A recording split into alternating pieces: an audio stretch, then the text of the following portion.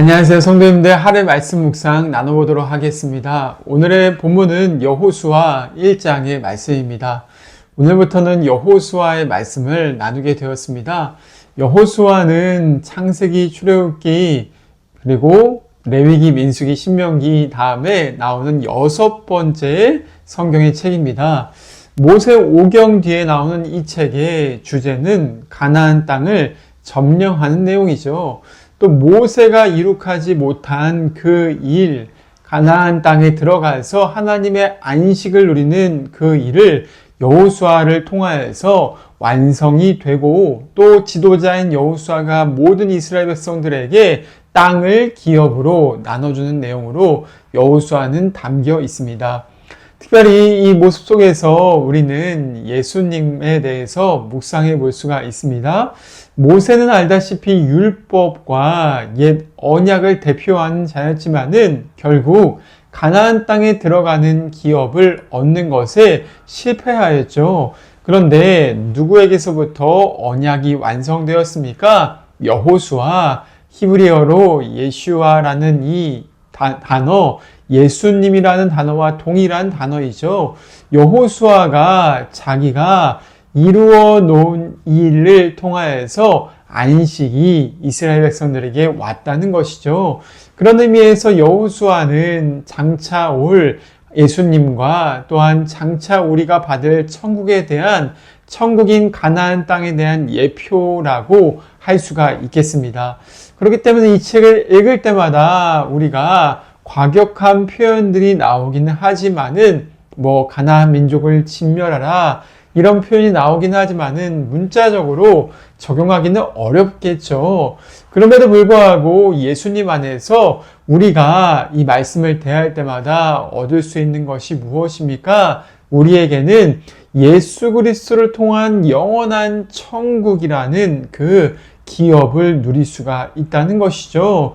또한 우리가 이 땅을 살면서 가나안 땅의 민족을 점령하듯이 우리의 영적인 유업과 또 우리의 원수인, 실제적 원수인 죄와 사망과 사탄이라는 그러한 영적인 원수와 싸워서 이겨야 한다는 그러한 교훈을 얻을 수가 있습니다.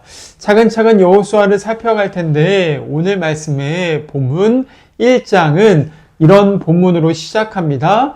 1장은 이제 여호수아에게 하나님 여호와의 말씀이 임하는 것으로 시작하죠. 1절 말씀 가운데 어떻게 써 있습니까? 여호와의 종 모세가 죽은 이후에 여호와께서 말씀하시는 것입니다. 누가 죽었냐? 모세가 죽었습니다. 여호수아는 그동안 모세의 그 리더십 아래에서 훌륭한 비서같이 지지자가 되었고 옆에서 돕는 자였지만은 이제는 모세를 대표해서 이스라엘 전체의 지도자가 된 것입니다. 60만 명의 수많은 장정들을 이끌고 전쟁을 수행해야 되는 여호수아, 얼마나 마음이 두려웠겠습니까?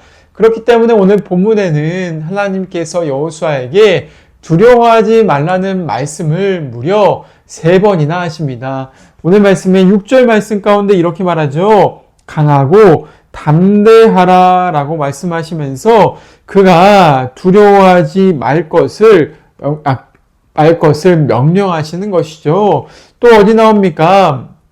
오늘 말씀 가운데 보니까 7절에도 강하고 극히 담대하라 말씀하시고 9절에도 강하고 담대하라, 두려워하지 말며 놀라지 말라라고 말씀하시면서 두려워하지 말라가 3번이 아니라 강하고 담대하라가 3번이나 등장하는 것을 보여주는 것이죠.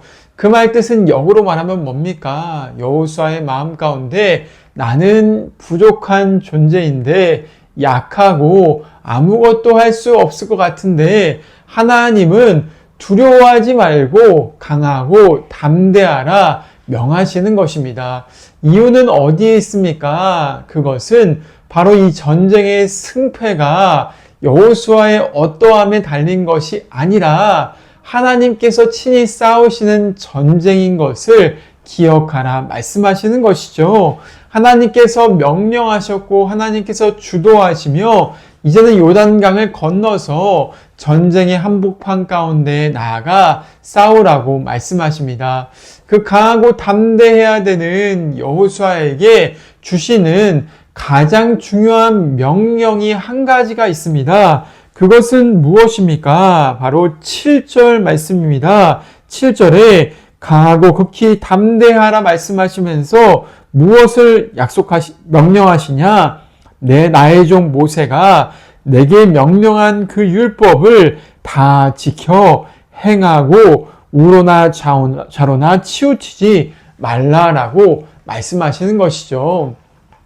얼마나 중요한 교훈입니까?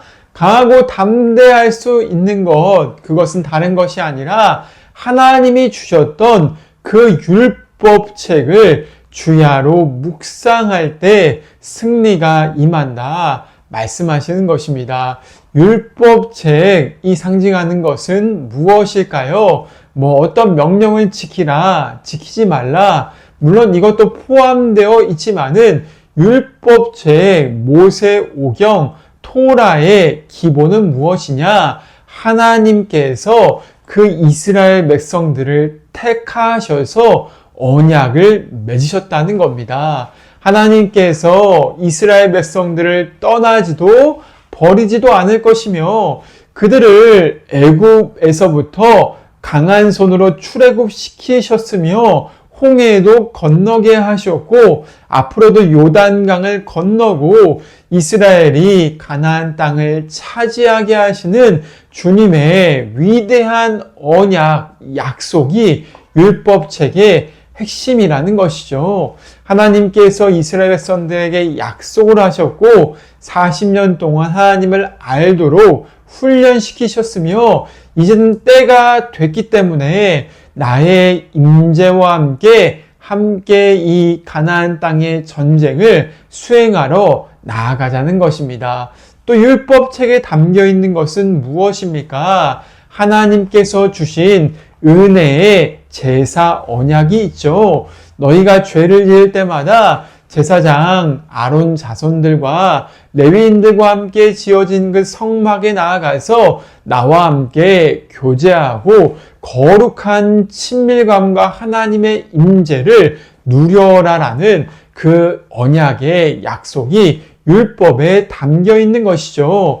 오늘날로 치면 뭘까요? 십자가의 제사, 예수 그리스도의 십자가의 죽음의 피값의 은혜 앞에서 우리가 하나님과 언약을 맺은 것이죠. 하나님의 뜻 가운데에서 그 기뻐하시는 길로 걸어가는 것입니다. 하나님의 백성이 되어서 하나님이 원하셨던 그 말씀을 지켜가면서 순종해 가면서 승리하고 주님이 주시는 기업을 약속으로 받는 것입니다.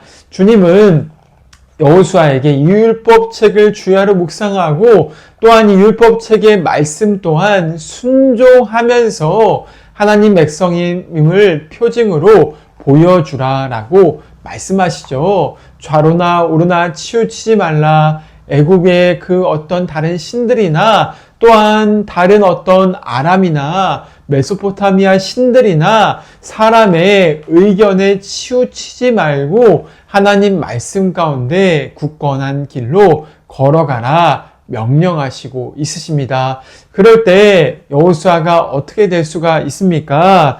9절, 8절 말씀 가운데 보니까 그걸 묵상하여서 다 지켜 행하면은 내 길이 평탄하게 될 것이다. 내가 형통할 것이다. 라고 말해주고 있습니다. 평탄하게 될 것이다. 히브리어 원어로 보면은 어떤 뜻이냐? 하나님의 은혜가 그의 삶에 흐르고 흘러서 임해서 그 길이 형통하고 바르게 바뀐다는 것이죠. 또 히브리어의 이 형통하다는 말은 지혜가 넘친다는 말입니다. 지혜가 넘쳐서 어떤 것을 행할지를 분별할 수가 있게 되고 하나님의 뜻을 선택하고 순종하며 거기서 열매를 얻는 성공을 거둘 것이라 말씀하시는 것입니다. 여호수아에게 말씀하신 하나님의 약속, 오늘 우리에게는 어떻습니까? 우리 또한 세상에 나갔을 때 두려워하기 쉬운 존재가 아닙니까? 나는 너무나 약하고 부족한 것 같으며 나는 홀로 이 세상 가운데서 버려진 것 같을 때에 하나님은 여호수아에게 말씀하신 것처럼 우리에게도 말씀하고 계십니다. 내가 너와 함께할 것이고 내가 너의 가는 길을 인도할 것이며 평탄하게 하고 형통하게 할 것이다. 단 너가 강하고 담대할 때 내 율법 언약을 십자가의 약속과 하나님 말씀을 너의 발 앞에 너의 입에 너의 모든 삶 가운데 두어라 라고 주님은 말씀하고 계십니다. 오늘도 우리의 삶 가운데 하나님 말씀을 붙잡으시고 하나님의 약속을 붙잡으시면서 여호수아에게 약속하셨던 그 하나님께서 우리와도 임마누엘 예수님의 이름을 통하여서 함께 해주시기를 주님의 이름으로 축원을 드립니다. 두 번째, 1장의 후반부는 어떻게 이루어져 있습니까? 10절부터 시작해서 여호수아가 이제 이 이스라엘 진영의 모든 지파와 수장들에게 짐을 꾸리고 싸서 전쟁에 나갈 준비를 하라라고 명령합니다. 10절부터 쭉 읽어보면은 그런 여러 가지 내용이 나오지만은 특별히 여호수아와 이스라엘의 두 지파와 므낫세 반지파의 대화의 내용이 나오죠. 이 두 지파는 르우벤과 갓지파였고 므낫세 반지파였는데 이 세 지파 어떻게 보면 두 지파 반이죠. 두 지파 반인 이 사람들에게 특별히 명령하고 이야기를 나누는 장면이 나오죠. 이유인즉슨 이 사람들은 이미 민수기의 전쟁에서 승리를 경험했고 이스라엘의 동편 지역 가운데 땅을 얻었기 때문에 그렇습니다. 이것은 민수기를 읽어봐야 하지 않은 내용인데 간략하게 설명하면은 민수기에서 이들이 미리 그 요단강 동편에 있는 암몬, 시온 이런 왕들과 싸워서 승리해서 이미 정착을 했습니다. 그들에게 모세가 그 이야기를 했는데 너희는 여기 정착할 때 조건이 있다. 대신 너희의 그 나머지 형제들이 땅을 얻을 때까지 제일 먼저 앞장서서 싸우라라고 모세가 명령했죠. 오늘 1장부 후반절에는 여호수아가 그 약속을 다시 한번 상기시키고 있는 것입니다. 14절 말씀 가운데 너희의 처자와 가축은 모세가 너희에게 준 땅 요단 이쪽 땅에 머무르려니와 너희 모든 용사들은 무장하고 너희 형제보다 앞서 건너가서 그들을 도와라. 그들을 위해서 싸워라 라고 말하고 있습니다. 그리고 이 두 지파 반은 그러겠다 순종하면서 하나님의 형제들에게까지도 안식을 주고 기업을 주겠다 싸우고 있는 것입니다. 오늘 말씀의 이 교훈은 우리에게 무엇을 알려줍니까?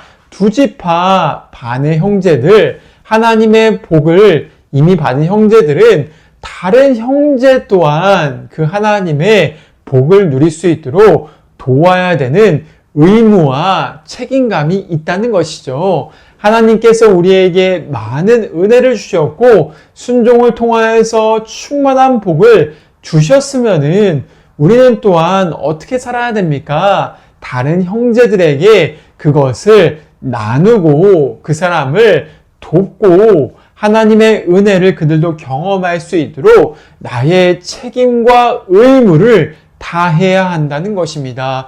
그리스도인들은 이 땅 가운데서 가장 이타적인 존재가 되어야 하는 사람들입니다. 우리 주변에 있는 믿는 사람뿐만이 아니라 믿지 않는 사람에게까지 그렇게 하나님이 주신 복을 흘려보내야 되는 사람들, 그 사람이 바로 그리스도인인 것이죠. 예수님도 제자들에게 뭘 말씀하셨습니까? 내가 너희를 사랑하고 섬긴 것처럼 발을 씻긴 것처럼 너희도 다른 형제들의 발을 씻기고 섬겨라라고 명령하시죠. 그리고 또 뭐라고 말씀하십니까? 그렇게 섬기고 사랑하면은 많은 사람들, 믿지 않는 사람들과 세상이 너희가 그리스도를 믿는 사람, 제자인 것을 알 것이다 라고 그렇게 강조하고 있으십니다. 오늘 우리는 어떠합니까? 내가 받았던 하나님의 은혜에 그것을 묵혀두거나 썩혀두지 않고 다른 사람들을 섬기기 위해서 잘 흘려보내고 있습니까? 다른 사람들을 섬기고 사랑하면서 발을 씻겨주고 그 사람들에게 하나님의 사랑과 은혜를 보여주고 있습니까? 오늘 우리는 이 말씀을 대했을 때 우리가 하나님 안에서 충만한 은혜와 안식을 누리는 그러한 은혜를 경험해야 하며 또한 이 경험한 은혜가 크면 클수록 예수님이 명령하신 것처럼 다른 사람들에게 그 사랑과 은혜를 나누라 말씀하고 있으십니다. 오늘도 우리의 인생 가운데 하나님이 주신 은혜를 돌아보시면서 그 놀라운 은혜를 형제들에게 흘려보낼 수 있는 작은 사랑의 실천을 행하기를 주님의 이름으로 간절히 소원합니다. 우리가 주변에 있는 형제들에게 그 사랑을 행할 때 주님은 너무나 기뻐하시겠죠. 그리고 그 형제들에게 행한 사랑을 보시면서 그 하나님의 사랑의 놀라운 축복의 통로가 된 우리를 보시면서 더 많은 것들로 맡기시는 것을 기억해야 합니다. 저의 삶 가운데도 많은 순간에 다른 사람들을 섬겼을 때 신기하게 놀랍게 하나님께서 채워주시는 것을 종종 경험하곤 했습니다. 우리의 삶에 내가 이걸 주면은 나는 뭐 먹고 살지 생각할 수 있겠지만은 주님은 신기하게 다른 형제를 위해서 나의 삶에 모든 복들을 내려놓기 시작할 때 주님은 더 큰 것으로 채워주시는 것을 우리는 경험할 수가 있게 됩니다. 오늘도 이 땅을 살아가시면서 이 놀라운 주님의 한량없는 은혜가 우리 삶의 개인의 삶과 우리의 공동체 가운데 풍성하게 되고 우리의 삶 가운데 하나님의 그 놀라운 기억과 안식이 주어지는 은혜가 넘쳐나게 되기를 간절히 소망합니다. 함께 기도하시겠습니다.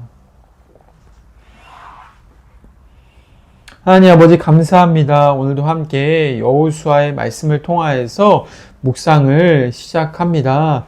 하나님, 우리의 삶에 여러 가지 약함과 부족함과 연약함을 주목하면은 세상에서 쓰러질 수밖에 없고 패배할 것 같은 두려움에 사로잡히게 될 수밖에 없습니다. 그러나 오늘도 여호수아에게 말씀하신 것처럼 두려워하지 말라라고 말씀하시고 강하고 담대하라고 말씀하신 주님의 약속, 언약, 율법을 기억하게 하여 주시옵소서. 오늘도 예수님의 주시는 놀라운 사랑과 은혜 아래에서 다른 사람들을 섬기고 다른 사람들의 은혜를 흘려보내게 하시며 나와 함께 하시는 주님 부족함 없으시고 승리를 주시며 기업을 누리게 하시는 그 주님의 놀라운 약속의 축복이 각자의 성도들의 삶 가운데 풀어지게 하여 주시옵소서. 우리가 세상의 목소리와 세상의 거짓에 주목하는 것이 아니라 영원하신 하나님 말씀에 주목하게 되며 그 말씀에 순종할 때 주님의 기적을 경험하는 삶을 살기를 원합니다. 성령께서 오셔서 오늘도 그러한 은혜를 누리게 하시기를 간절히 기도하며 살아계신 예수님의 이름으로 기도드립니다. 아멘. 오늘 하루도 평강하세요.